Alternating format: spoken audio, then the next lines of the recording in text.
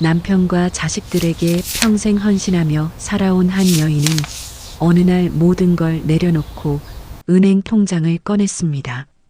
가족들은 단순한 적금 통장인 줄 알았지만 그 속엔 그녀의 인생이 고스란히 담겨 있었습니다.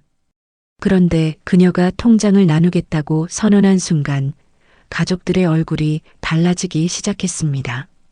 누가 진심으로 그녀를 위했던 걸까요? 그리고 그 돈의 진짜 주인은 과연 누구였을까요? 선생님, 이야기를 시작하기 전에 구독과 좋아요 한번 부탁드립니다. 그럼 사연 시작합니다. 이 여사는 평생을 아껴서 모은 적금을 바라보며 깊은 한숨을 내쉽니다. 40이 넘도록 단 한 번도 자기 옷 한 벌 제대로 사본 적이 없고 명절 때마다 자식들 챙기느라 본인은 늘 뒤로 물러섰습니다. 남편이 세상을 떠난 지 벌써 10년, 그동안 이 여사는 작은 분식집을 운영하며 자식 셋을 대학까지 보냈습니다. 사람들은 그녀를 생활의 달인이라 부르며 존경했지만 정작 이 여사는 마음속 외로움을 누구에게도 말하지 않았습니다. 엄마, 그 돈 아직도 그대로 두셨어요? 둘째 딸 미정이 물었습니다. 그럼 은행 이자도 얼마 안 되지만 괜히 건드리면 불안해서 말이다. 이제 좀 엄마를 위해 쓰세요. 평생 고생만 하셨잖아요. 아니야, 이 돈은 그냥 내가 살아온 증거 같은 거야. 이 여사는 그렇게 말하며 통장을 조심스레 서랍 깊숙이 넣습니다. 그러나 얼마 지나지 않아 그 평온한 일상이 흔들리기 시작합니다. 막내 아들 성우가 다급하게 전화를 걸어왔습니다. 엄마, 나 큰일 났어요. 사업이 망했어요. 투자금이 다 날아갔어요. 이 여사의 손에서 전화기가 덜컥 떨어졌습니다. 뭐라고? 성우야, 너 그 돈 어디에 쓴 거냐? 엄마, 일단 급히 3천만 원만 마련해 주시면 진짜 이번엔 다시 일어날 수 있어요. 그날 밤 이 여사는 잠을 이루지 못했습니다. 그 돈 내 노후 자금인데 그래도 내 자식인데 어쩌지. 그녀는 새벽녘까지 통장을 붙잡고 있었습니다. 통장의 잔액은 정확히 1억 8천만 원. 40년을 일구어낸 그녀의 전부였습니다. 다음 날 아침 미정이 찾아왔습니다. 엄마, 또 성우가 돈 빌려달라고 했죠? 내가 어떻게 알았니? 전화로 들었어요. 엄마, 이번엔 안 돼요. 성우 오빠 예전에도 빌리고 안 갚았잖아요. 이 여사는 미정의 눈빛을 피하며 말했습니다. 그래도 내 새끼인데 힘들다는데 어찌 모른 척 하겠니? 엄마는 늘 그렇게 오빠 편만 드세요. 엄마 돈이라지만 결국 나중에 다 가족 문제 될 거예요. 그 말이 이 여사의 가슴에 비수처럼 꽂혔습니다. 그녀는 순간 서운했지만 동시에 딸이 틀린 말을 하는 것도 아니라는 걸 알고 있었습니다. 며칠 뒤 성우가 직접 집을 찾아왔습니다. 초췌한 얼굴에 술 냄새가 났습니다. 엄마, 나 진짜 마지막이에요. 이번만 살려주세요. 다시는 이런 일 없을 거예요. 성우야, 그 말 내가 몇 번째 하니. 엄마도 이제 자신이 없다. 엄마는 나 포기할 거예요? 나밖에 없잖아요. 형이랑 누나들은 다 자기 살기 바쁘고. 그 말에 이 여사는 결국 통장을 꺼내 들었습니다. 이 돈이 내 마지막이다. 다시는 이런 일 없어야 한다. 엄마 진짜 감사해요. 나 이 절대 잊지 않을게요. 그날 성우는 통장을 들고 나갔습니다. 하지만 일주일 후 은행에서 전화가 왔습니다. 고객님, 통장에서 전액 인출이 되었습니다. 확인하신 거래 맞으신가요? 이 여사는 멍하니 전화를 붙잡고 있다가 그대로 주저앉았습니다. 전액 인출이요? 전액이라니요? 그녀의 머릿속이 하얗게 비었습니다. 그날 밤 이 여사는 홀로 분식집에 앉아 있었습니다. 김이 모락모락 나는 떡볶이 냄새도 튀김 기름이 지글거리는 소리도 이제는 아무 의미가 없었습니다. 내가 왜 그랬을까? 내 자식 믿은 게 죄였나? 그녀는 조용히 눈을 감았습니다. 눈물 한 줄기가 볼을 타고 흘렀습니다. 그로부터 며칠 뒤 이 여사의 소식이 동네에 퍼졌습니다. 통장 전액을 아들에게 건넸다는 소식이었습니다. 사람들은 혀를 찼습니다. 그 착한 분이 결국 그렇게 되셨대. 그래도 자식이라잖아요. 누가 뭐라 해도 그게 부모 마음이지. 그러나 정작 이 여사는 자신이 선택한 길에 대한 후회보다 이제 남은 가족들이 서로 상처받지 않기를 바랐습니다. 그녀는 작은 노트를 꺼내 글을 적었습니다. 이 돈은 내 피와 땀이었습니다. 하지만 그보다 중요한 건 가족입니다. 내 선택이 옳든 그르든 이걸로 다들 다시 하나가 되길 바랍니다. 그녀는 그날 밤 마지막으로 분식집 불을 끄며 말했습니다. 이제 정말 내 역할은 끝난 것 같습니다. 밖에는 봄비가 내리고 있었습니다. 그리고 그 비는 마치 이 여사의 마음을 씻어내듯 조용히 그러나 깊게 내리고 있었습니다. 이 여사는 통장이 사라진 그날 이후로 몇 날 며칠을 멍한 상태로 지냈습니다. 은행 직원의 친절한 목소리가 머릿속을 맴돌았습니다. 고객님, 전액 인출되셨고 통장 해지는 아드님 본인이 직접 오셨습니다. 그녀는 그제야 깨달았습니다. 자신이 아들에게 건넨 신뢰가 너무나 순진했음을 말입니다. 하지만 이미 모든 것이 늦었습니다. 엄마, 은행에 확인해 보니까 오빠가 전액 찾았대요. 정말 다 인출했대요. 미정이 울먹이며 말했습니다. 그래, 엄마도 알고 있다. 어떻게 그렇게 하실 수 있어요? 이제 엄마 노후는 어떻게 해요? 괜찮다, 괜찮다. 사람은 돈 없이도 살 수 있다. 그녀는 그렇게 말했지만 목소리에는 힘이 없었습니다. 미정은 참지 못하고 소리쳤습니다. 오빠는 엄마한테 어떻게 그럴 수 있냐고요. 엄마는 평생을 고생했는데 그걸 몽땅 가져가요? 그만해라, 미정아. 가족끼리 그런 말하는 거 아니다. 그럼 오빠는 가족 아니에요? 왜 늘 그렇게 감싸세요? 이 여사는 아무 말도 하지 못했습니다. 그녀의 입에서는 한숨만 흘러나왔습니다. 그날 저녁 미정은 눈물로 얼굴을 적시며 집을 나갔습니다. 이제 엄마랑도 말하기 싫어요. 오빠가 그렇게 해도 또 용서할 거잖아요. 그 후로 집안은 조용했습니다. 큰아들 철수는 연락이 뜸했고 미정은 전화를 받지 않았습니다. 성호도 소식이 없었습니다. 이 여사는 매일 저녁 혼자 밥상을 차리며 조용히 밥을 먹었습니다. 젓가락을 들 때마다 손끝이 떨렸습니다. 며칠 후 경찰서에서 전화가 걸려왔습니다. 이선옥 씨 맞으시죠? 아드님 성호 씨 관련해서 연락드렸습니다. 사기 혐의로 조사 중입니다. 그녀는 머리가 하얘졌습니다. 사기요? 그럴 리가요. 제 아들이 그런 일을 할 리가 없습니다. 피해자 진술이 이미 확보되었습니다. 조사를 위해 모자 관계 확인이 필요합니다. 그녀는 경찰서로 향했습니다. 낡은 지하철 좌석에 앉은 채 창밖을 바라보았습니다. 눈앞이 뿌옇게 흐려졌습니다. 내가 그 아이를 그렇게 만든 건 아닐까? 라는 생각이 들었습니다. 경찰서 유리창 너머로 성호가 보였습니다. 수척해진 얼굴, 초점 없는 눈.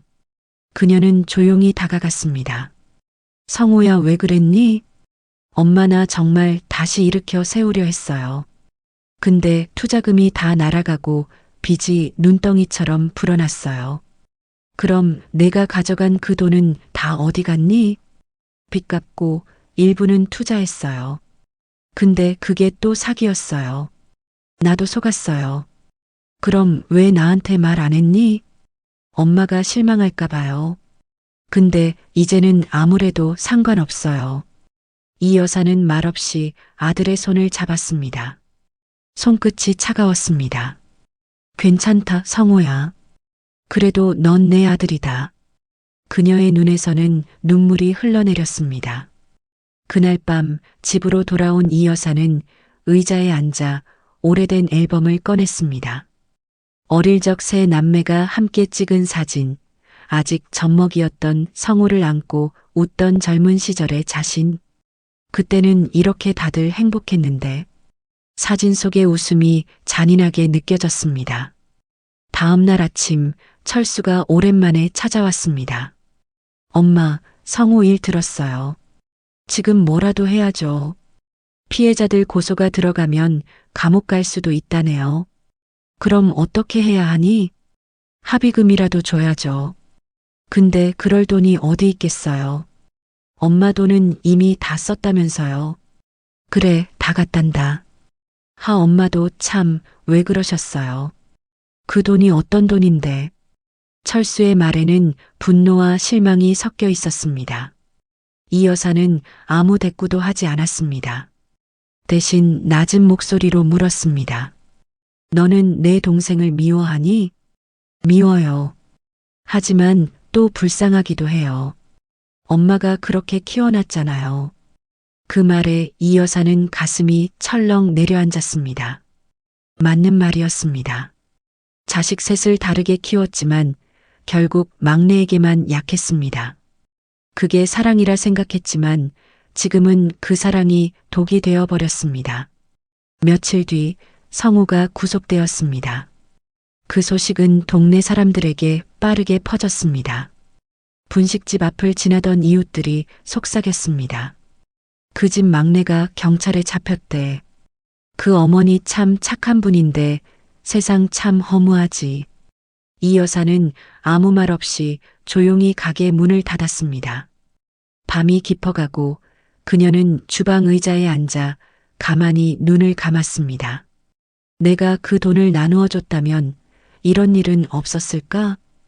그녀의 머릿속에 한 가지 생각이 떠올랐습니다. 남은 가족에게라도 뭔가 남겨야 한다. 그녀는 새벽녘 오래된 서랍에서 낡은 노트를 꺼냈습니다.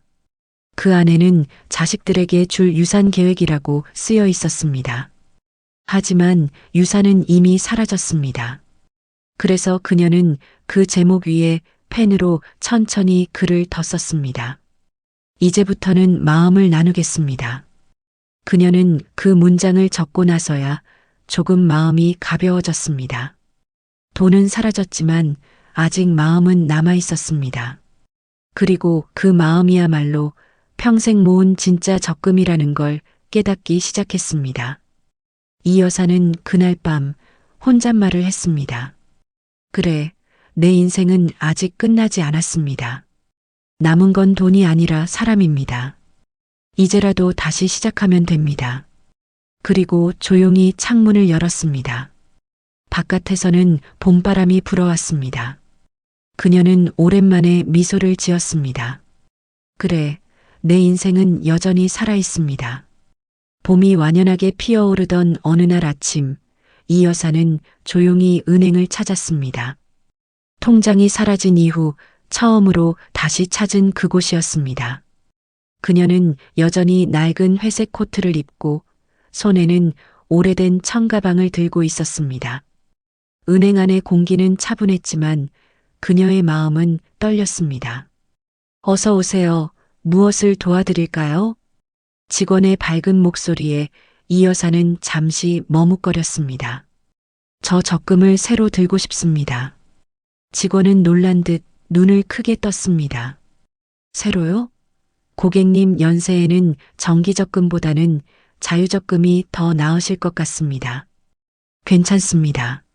매달 일정하게 넣겠습니다. 이름은 나눔 통장으로 해주세요. 그녀는 조용히 말했습니다. 그날 이후 이 여사는 매달 10만 원씩을 꾸준히 넣었습니다.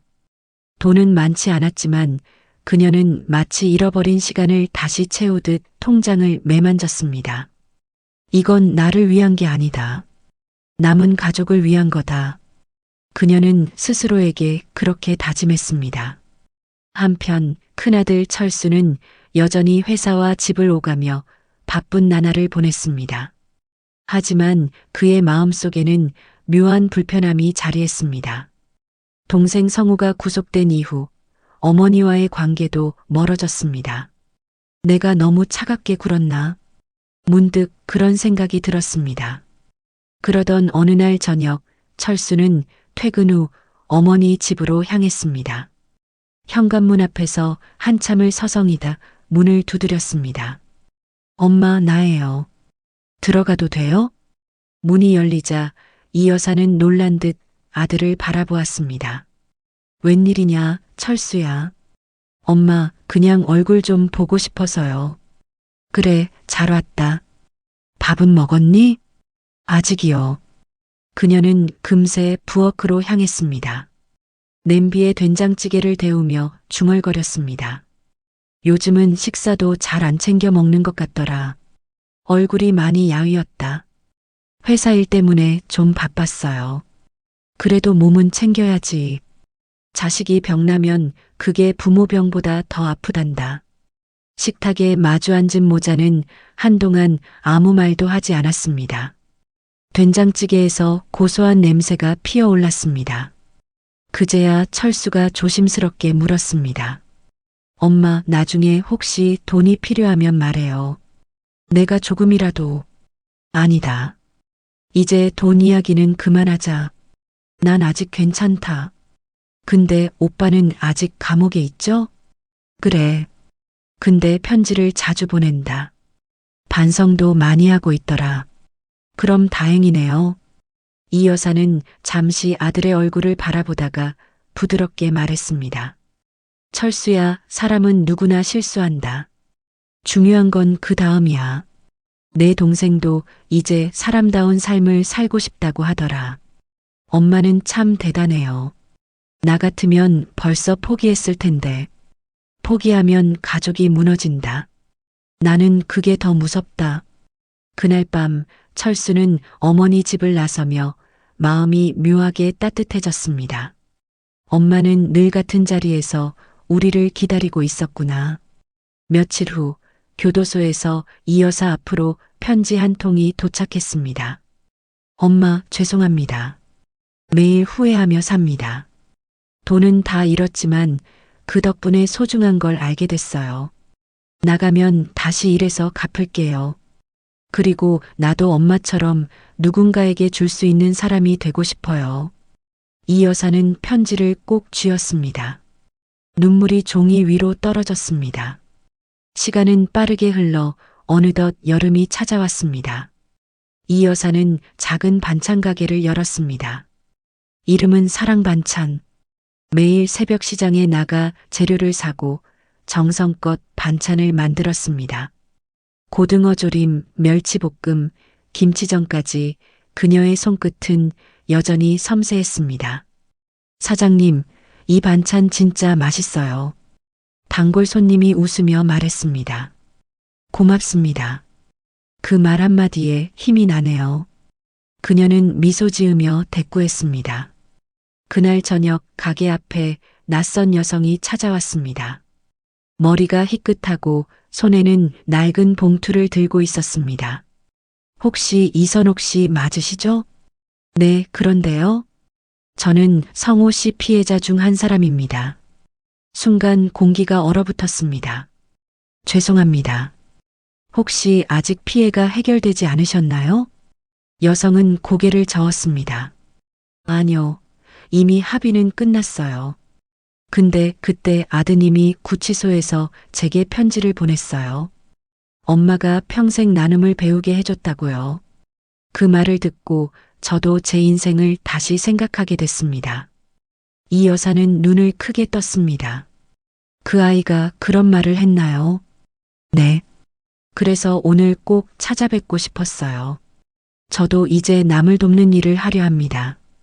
두 사람은 한참 동안 이야기를 나누었습니다.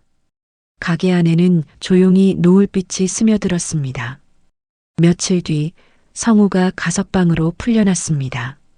초라한 옷차림이었지만 눈빛만큼은 달라져 있었습니다. 엄마, 나 이제 새로 시작할게요. 이번엔 진짜로. 그래, 내가 살아있어줘서 고맙다. 이건 내가 만든 거예요. 그는 작은 통장을 내밀었습니다. 이건 효도 통장이에요. 매달 엄마께 생활비를 넣을 거예요. 이 여사는 그 말을 듣자마자 눈물이 터졌습니다. 이게 뭐라고 세상에서 제일 귀한 선물이다. 그날 밤 세 남매는 오랜만에 한자리에 모였습니다. 식탁 위에는 그녀가 만든 반찬이 가득했습니다. 엄마, 이 고등어 조림은 여전히 최고네요. 그럼 엄마 손맛은 안 변하지. 이제 우리도 엄마처럼 살자. 철수가 웃으며 말하자 미정이 고개를 끄덕였습니다. 그래요. 가족이란 결국 나누는 거네요. 성우는 조용히 덧붙였습니다. 그게 바로 엄마가 가르쳐준 적금이죠. 이 여사는 새 자식을 바라보며 조용히 미소 지었습니다. 식탁 위 등불이 따스하게 흔들렸습니다. 그녀의 가슴 속에서는 이런 생각이 피어올랐습니다. 그래, 돈이 아닌 마음을 나누는 게 진짜 부자입니다. 내 평생의 적금은 바로 이 순간이었습니다. 그녀는 창밖을 바라보았습니다. 어둠 속에서 들려오는 매미 소리가 유난히 정겹게 느껴졌습니다. 이제야 알겠구나. 내가 평생 모은 건 돈이 아니라 사랑이었습니다. 바람이 잦아든 오후, 하늘은 낮게 깔린 구름 아래에서 잿빛으로 흐려져 있었습니다. 멀리서 들려오는 종소리가 귓가를 스치자 정연은 천천히 고개를 들어 멈춰 섰습니다. 지난 며칠간의 일들이 마치 꿈처럼 흘러가 버렸지만 마음속에는 여전히 지워지지 않는 흔적이 남아 있었습니다. 그는 손에 쥔 편지를 바라보며 숨을 고르듯 깊게 들이마셨습니다. 이 편지 한 장이 모든 것을 바꿔놓았다는 사실이 아직도 믿기지 않았습니다. 편지의 글씨는 낯익으면서도 어딘가 달라 보였습니다. 서툰 필체 속에 묻어나는 떨림, 그리고 마지막에 적힌 이름. 유나. 그 이름을 본 순간 정연의 손끝이 미세하게 떨렸습니다. 잊었다고 생각했습니다. 시간의 덮개가 모든 것을 덮어주었다고 믿었습니다. 그러나 잊은 것이 아니라 단지 마음 깊숙이 눌러 담아두었을 뿐이었습니다. 편지에는 짧은 문장들이 이어져 있었습니다. 그날의 약속을 아직도 기억하고 있습니다. 당신이 떠나던 날 나는 아무 말도 할 수 없었습니다. 하지만 이제는 말해야 할 것 같습니다. 그 모든 오해의 시작은 사실 나였습니다. 정연은 편지를 천천히 접었습니다. 그의 머릿속에는 오래전 겨울날의 장면이 떠올랐습니다. 눈이 내리던 캠퍼스의 벤치, 그리고 서로의 숨결이 닿을 듯 가까웠던 거리. 그때 유나가 마지막으로 남긴 한마디가 지금도 선명했습니다. 우리는 아마 같은 길을 걸을 수 없을 거예요. 그 말을 들었을 때 정연은 이유를 묻지 않았습니다. 자존심 때문이기도 했고 두려움 때문이기도 했습니다. 하지만 이제야 알 것 같았습니다. 그녀는 그날 자신을 지키기 위해 거짓을 선택했음을. 정연은 편지를 주머니에 넣고 발걸음을 옮겼습니다. 향한 곳은 오래된 도서관이었습니다. 그곳은 두 사람이 처음 만났던 곳이자 마지막으로 함께 시간을 보낸 곳이기도 했습니다. 문을 밀자 나무 냄새와 먼지 섞인 공기가 코끝을 스쳤습니다. 창가 쪽 자리에 앉아 있는 누군가의 뒷모습이 눈에 들어왔습니다. 긴 머리를 단정히 묶은 여인, 낡은 책을 펼친 채 조용히 읽고 있었습니다. 정연의 심장이 빠르게 뛰기 시작했습니다. 유나? 그녀가 천천히 고개를 들었습니다. 눈이 마주친 순간 시간은 멈춘 듯 했습니다. 긴 침묵 끝에 그녀가 조용히 웃었습니다. 왔군요. 정연은 한 걸음 다가섰습니다. 이 편지 당신이 보냈습니까? 유나는 고개를 끄덕였습니다. 그래요. 더 이상 숨기고 싶지 않았습니다. 그녀는 손에 쥔 책을 덮고 두 손을 무릎 위에 올려놓았습니다. 그때 당신이 떠난 이유를 알고 싶었죠? 사실 그날 나를 찾아온 사람은 당신의 아버지였습니다. 정연의 눈빛이 흔들렸습니다. 아버지가 당신의 미래를 위해서 나와의 관계를 정리하라고 말했습니다. 당신에게는 내가 짐이 될 거라고 했어요.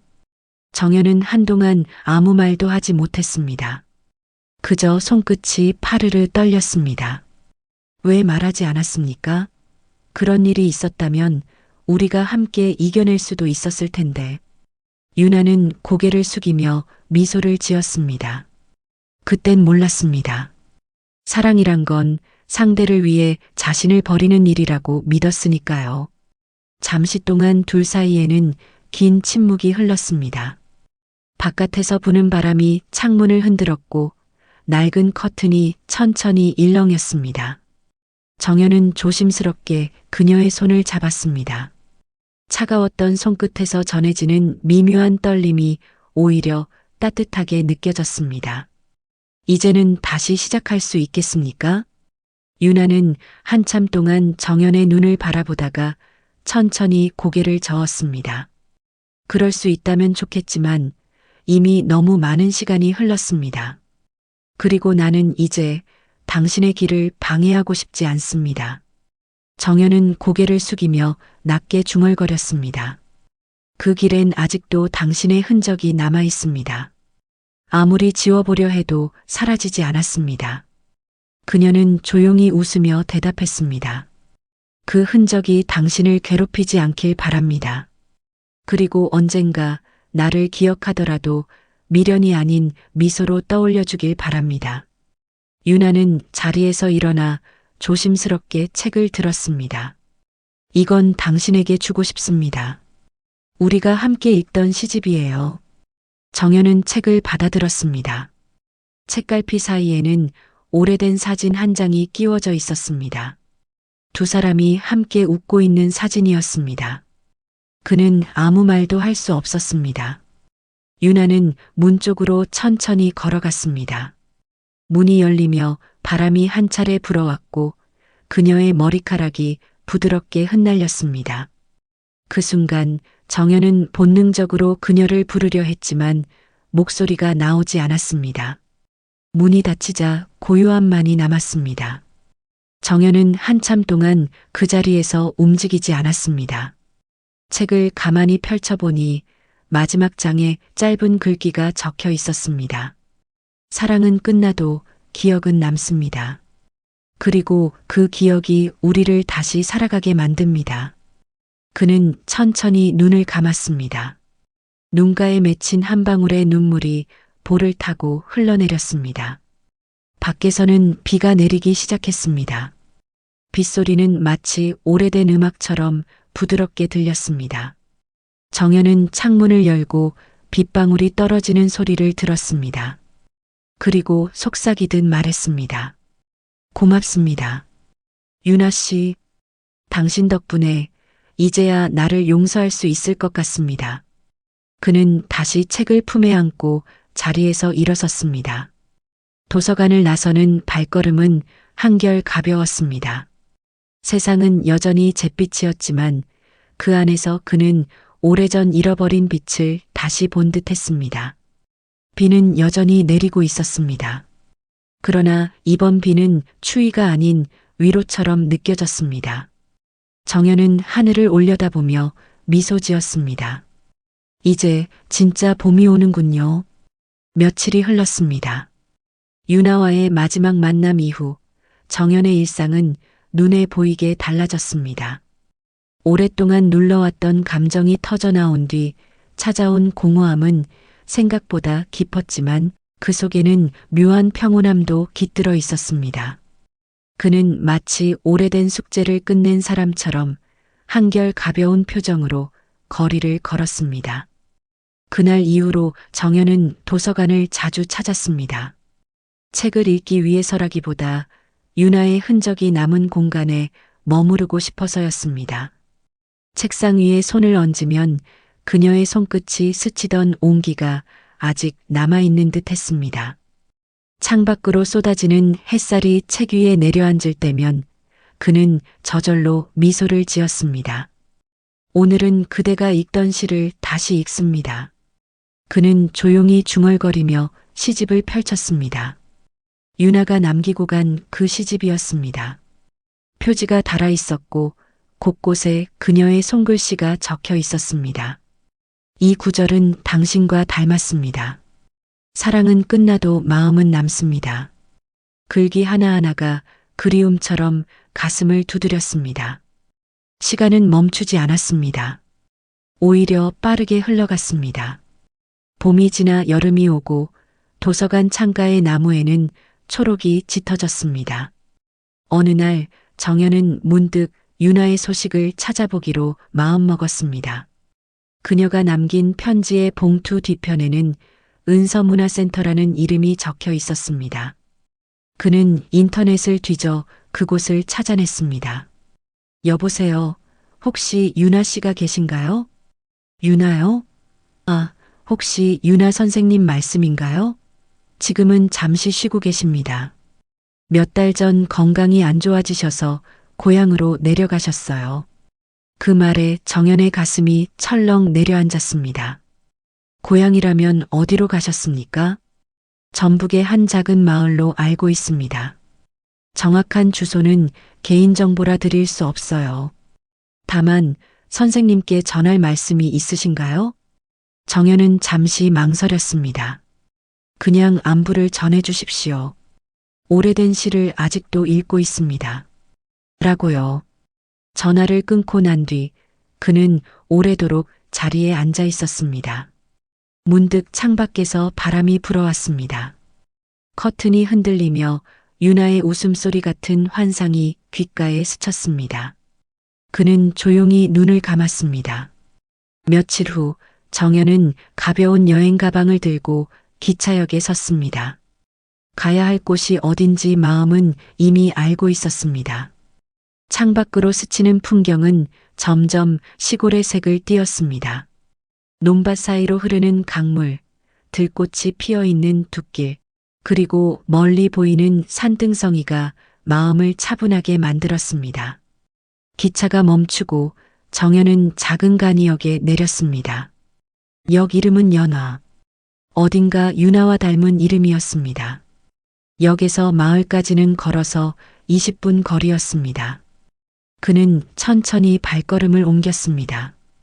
길가에는 장독대가 줄지어 있었고 어린아이가 뛰노는 모습이 평화로웠습니다. 혹시 유나 씨 아시나요? 정연이 한 아주머니에게 물었습니다. 유나 말이에요? 그 고운 선생님? 예, 저 아래쪽 하얀 담장집에 살아요. 요즘은 몸이 많이 좋아지셨다네요. 정연은 숨을 고르며 그 집으로 향했습니다. 하얀 담장 너머로 들꽃이 피어 있었고 마당 한켠에서는 바람에 빨래가 나부꼈습니다. 대문 앞에서 그는 한참을 서 있었습니다. 두드리기까지 몇 분이 걸렸습니다. 누구세요? 익숙한 목소리가 들렸습니다. 문이 열리자 유나가 서 있었습니다. 머리카락이 조금 짧아졌고 얼굴빛이 한결 창백했지만 미소는 여전히 따뜻했습니다. 정연 씨 어떻게 여기까지? 그녀는 놀란 눈으로 그를 바라보았습니다. 그냥 왔습니다. 안부가 궁금했습니다.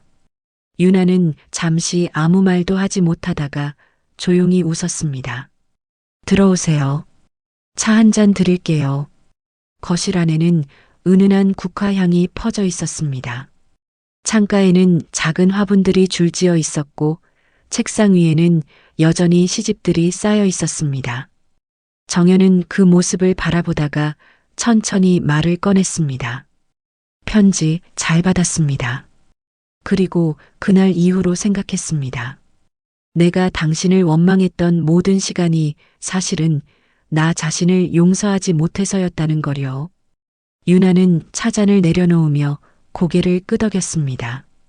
저도 마찬가지였습니다. 미련이라는 이름으로 살아왔습니다.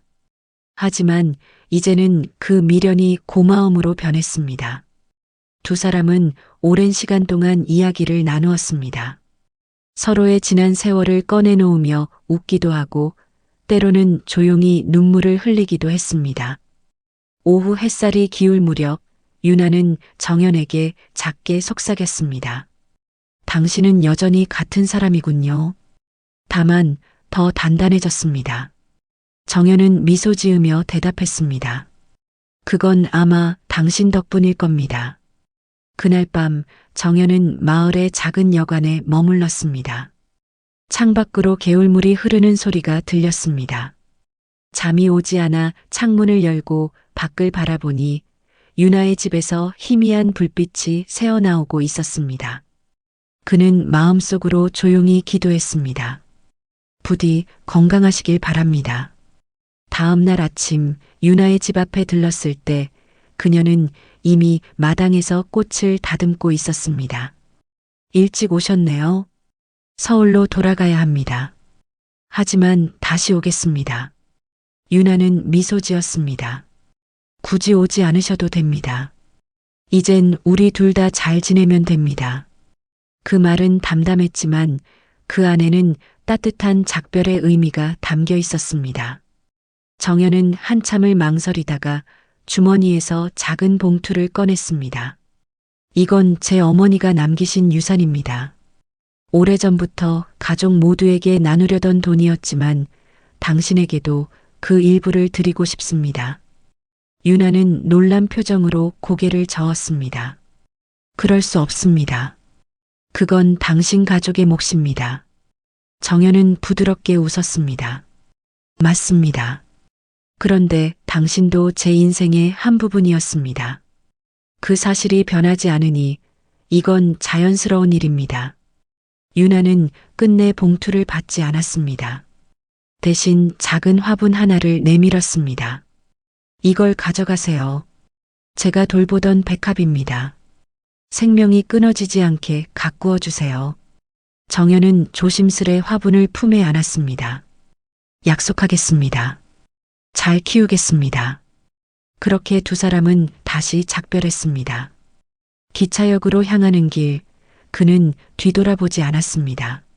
마음 한켠이 시렸지만 이상하게도 눈물은 나지 않았습니다.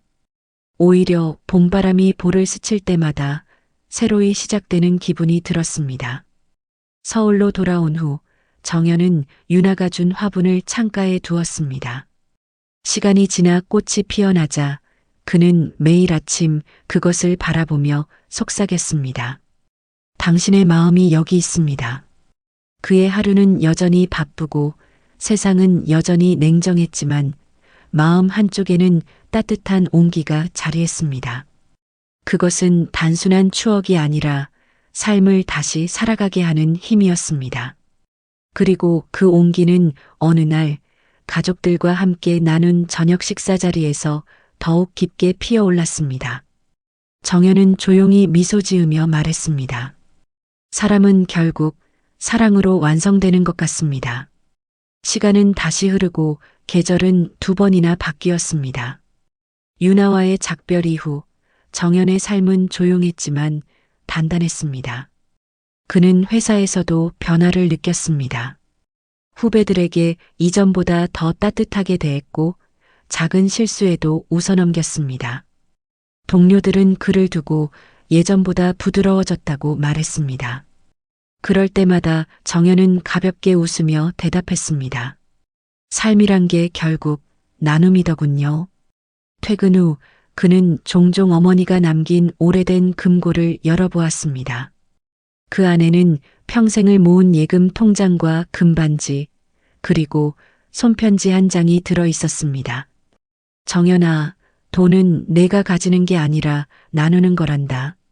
나눌 수 있을 때가 가장 행복한 때야. 그 문장을 읽을 때마다 정연의 가슴은 따뜻해졌습니다. 어느 날 저녁 그는 가족들을 모두 집으로 불렀습니다. 동생 은주, 매제, 조카들까지 모이자 오랜만에 웃음소리가 가득했습니다. 상 위에는 정연이 직접 준비한 음식이 놓여 있었습니다. 형, 웬일이야? 이런 자리를 다 만들고. 은주가 놀란 표정으로 물었습니다. 정연은 차분하게 웃었습니다. 오늘은 어머니가 우리에게 남기신 걸 나누려고 합니다. 모두가 놀란 눈으로 그를 바라봤습니다. 정연은 금고에서 꺼낸 봉투를 하나씩 테이블 위에 올려놓았습니다.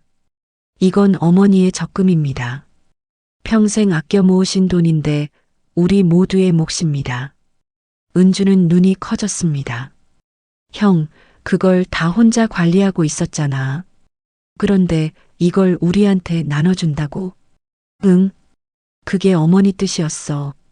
이건 나 혼자 가질 수 있는 게 아니야. 매제는 고개를 숙이며 말했습니다.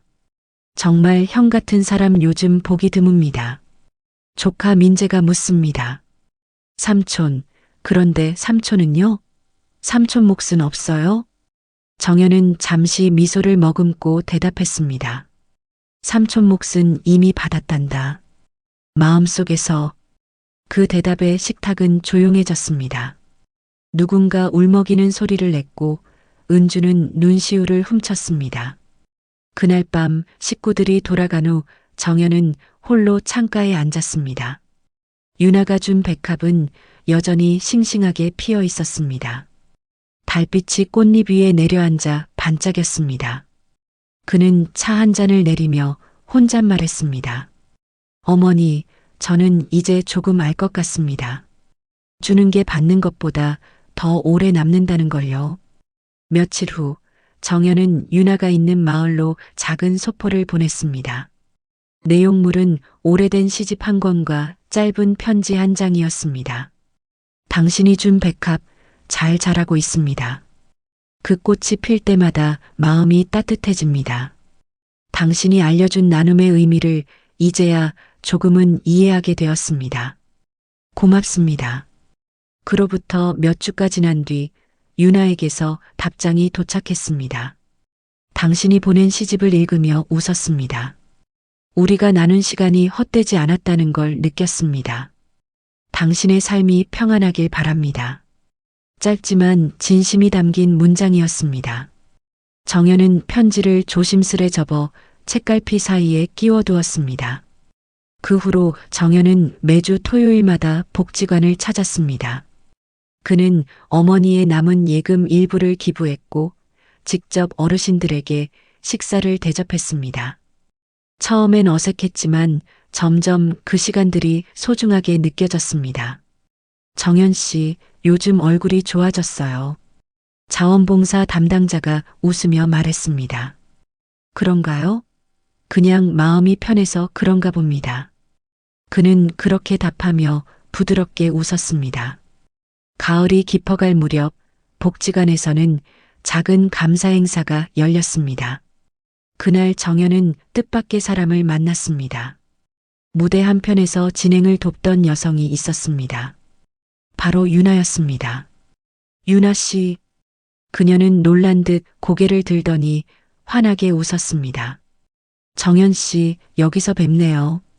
두 사람은 잠시 말없이 서로를 바라보다가 웃음을 터뜨렸습니다. 여전히 봉사하시네요. 네, 이젠 제 일상이 됐습니다. 유나는 고개를 끄덕였습니다. 그럼 잘된 일이네요. 결국 서로 같은 길로 왔나 봐요. 행사가 끝난 후 두 사람은 복지관 옆 벤치에 앉았습니다. 낙엽이 바람에 날렸고 석양이 붉게 물들었습니다. 그동안 잘 지내셨습니까? 네, 덕분에요. 마을에서는 아이들 글을 가르치고 있습니다. 요즘은 제 자신보다 남을 위해 사는 게 더 편해졌습니다. 그 마음 잘 압니다. 정연은 고개를 끄덕이며 말했습니다. 저도 마찬가지입니다. 나누다 보니 삶이 가벼워졌습니다. 유나는 잠시 하늘을 바라보았습니다. 우리 참 오래 걸렸네요. 미워하고 잊고 돌고 돌아서 결국 같은 자리네요. 정연은 미소를 지었습니다. 결국 마음이 닿을 곳은 하나뿐이었나 봅니다. 두 사람은 그렇게 오랜 대화 끝에 조용히 손을 맞잡았습니다. 아무 말도 하지 않았지만 그 침묵 속에는 과거의 상처와 용서, 그리고 새로운 시작이 모두 담겨 있었습니다. 그날 이후로 정연과 유나는 함께 복지관에서 봉사하며 시간을 보냈습니다. 그들은 돈이 아닌 마음을 나누었고 삶의 의미를 다시 써내려갔습니다. 매일이 소소했지만 그 안에는 진심이 있었습니다. 겨울이 다가오던 어느 날 복지관 아이들이 만든 작은 연극 무대가 열렸습니다. 아이들이 연기를 마치자 관객석에서 박수가 터졌습니다. 유나는 아이들을 끌어안았고 정연은 무대 뒤에서 미소를 지었습니다. 유나 씨, 아이들이 정말 행복해 보입니다. 정연 씨도요. 이제 진짜 행복한 얼굴이에요. 눈이 내리기 시작했습니다. 유리창 너머로 흩날리는 눈송이를 바라보며 유나가 말했습니다. 어머니가 평생 모은 적금이 결국 이렇게 따뜻한 세상을 만들었네요. 정연은 고개를 끄덕였습니다. 맞습니다. 어머니는 돈이 아니라 마음을 물려주신 겁니다. 두 사람은 잠시 말없이 눈 내리는 세상을 바라보았습니다. 복지관 아이들이 손을 흔들며 외쳤습니다. 선생님, 같이 눈사람 만들어요. 유나가 웃으며 고개를 돌렸습니다. 가야겠네요. 그럽시다. 둘은 아이들 곁으로 다가가 함께 눈을 뭉쳤습니다. 흰 눈이 손끝에 닿아 차가웠지만 마음은 따뜻했습니다. 정연은 문득 하늘을 올려다보았습니다. 하얀 눈송이 사이로 어머니의 미소가 떠오르는 듯 했습니다. 그날 저녁 복지관 불빛이 꺼지고 사람들은 하나둘 집으로 돌아갔습니다. 정연은 유나와 함께 남아 문을 잠갔습니다. 오늘 참 좋았네요. 네, 어머니가 보셨다면 좋아하셨을 겁니다. 그럴 겁니다. 문 밖으로 나서자 하얀 눈 위에 발자국 2개가 나란히 남았습니다. 바람이 불어도 그 발자국은 쉽게 지워지지 않았습니다. 마치 두 사람의 마음처럼 단단했습니다. 정연은 조용히 속삭였습니다. 이젠 정말 잘 살아보겠습니다. 유나는 미소로 대답했습니다. 저도요. 함께 그렇게 살아요. 그 순간 하늘에서 또 한 줄기 눈이 내렸습니다. 그 눈송이는 유나의 머리 위에 내려앉았다가 사라졌습니다. 그리고 두 사람의 발걸음이 어둠 속으로 천천히 이어졌습니다. 그 발자국 위로 새 희망의 아침이 다가오고 있었습니다.